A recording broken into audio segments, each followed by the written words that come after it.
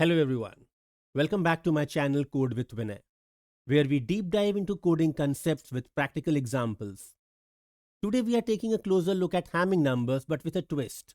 We'll explore how to determine if a number is a Hamming number using recursion. And if you missed my previous video where we tackled this with iterative logic, don't worry, the link is right there in the description below. First, let's quickly recap what Hamming numbers are. They are specific numbers that only have prime factors of 2, 3, or 5. Our objective is to design a recursive method is Hamming number. Let's have a look at some examples. 6 is an Hamming number as 6 is equal to 2 into 3, so its prime factors are limited to 2 and 3. 8 is an Hamming number as 8 is equal to 2 into 2 into 2, and it has only 2 as its prime factors. 90 is an Hamming number as 90 equals 2 into 3 into 3 into 5, which only has 2, 3, 5 as prime factors. 14 is not a Hamming number as 14 is equal to 2 into 7. 7 is not a prime factor. 44 is not a Hamming number as 44 is equal to 2 into 2 into 11, and 11 is also not a prime factor. Let's jump right into our coding environment. I'm setting up a Java project where we'll write our recursive method. As I type out each part, I'll explain the logic behind it so you can follow along and understand each step.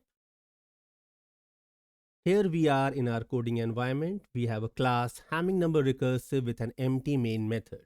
And we'll start with our test case. So let's begin. I'll create an array.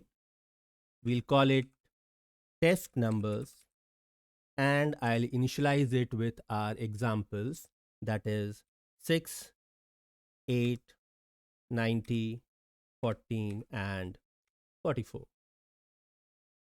You can enter the numbers using the scanner class also, but I'm avoiding that because in case there are bugs in the program, I don't want to waste time entering the numbers again and again.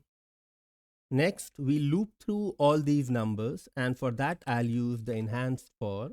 I'll say int n, and then I want to loop through the entire array, so I'll say test numbers.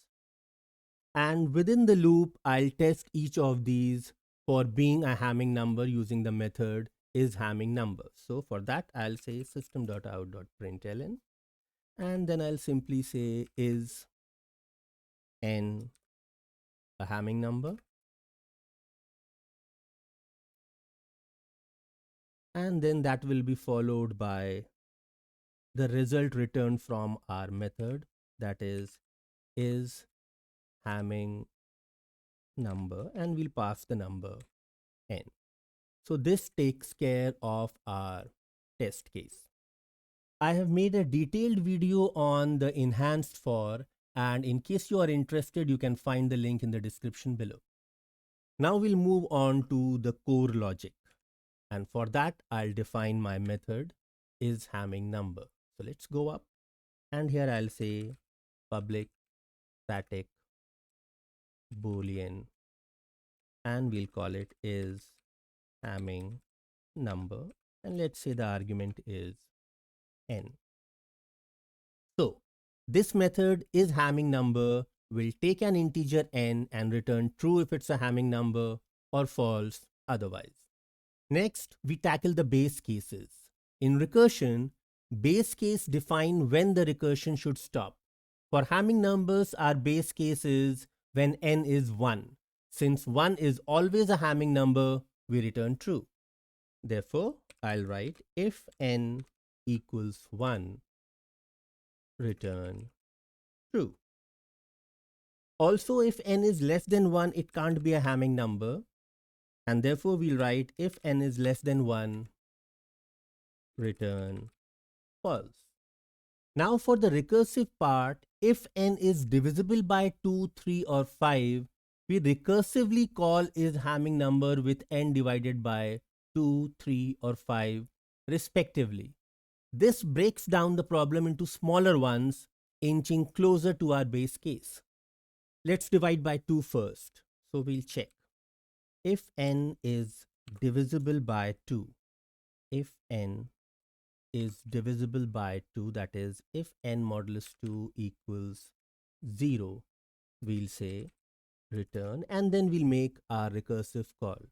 We'll say is Hamming number, and instead of n, we'll say n by 2. So we'll keep on dividing by 2 till it gets divided by 2.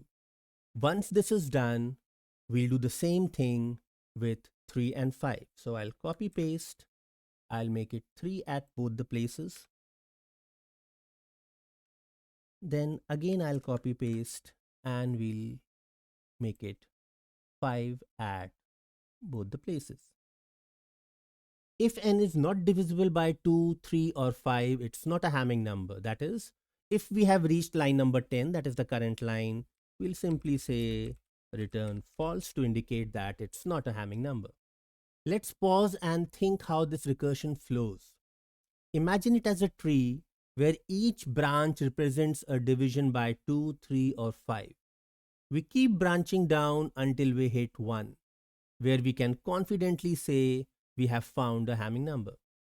Now we'll execute the program to see whether it is working properly or not. And if you recall, in our test cases, 6, 8 and 90 are Hamming numbers. So the first 3 should return true, and 14 and 44 are not Hamming numbers, so they should return false. Let's run the program. So I'll go up and I'll say run Java. And there we are. The first 3 are true and the last 2 are false. For better understanding, you may consider running this program through Gilliot, which will give you a visual flow of the program in an animated fashion. You will find the link to the Gilliot video in the description below. And there you have it, a deep dive into Hamming numbers with recursion. I hope this walkthrough helped clarify how recursion works, and that's all for today. Happy coding! Your feedback is valuable to me.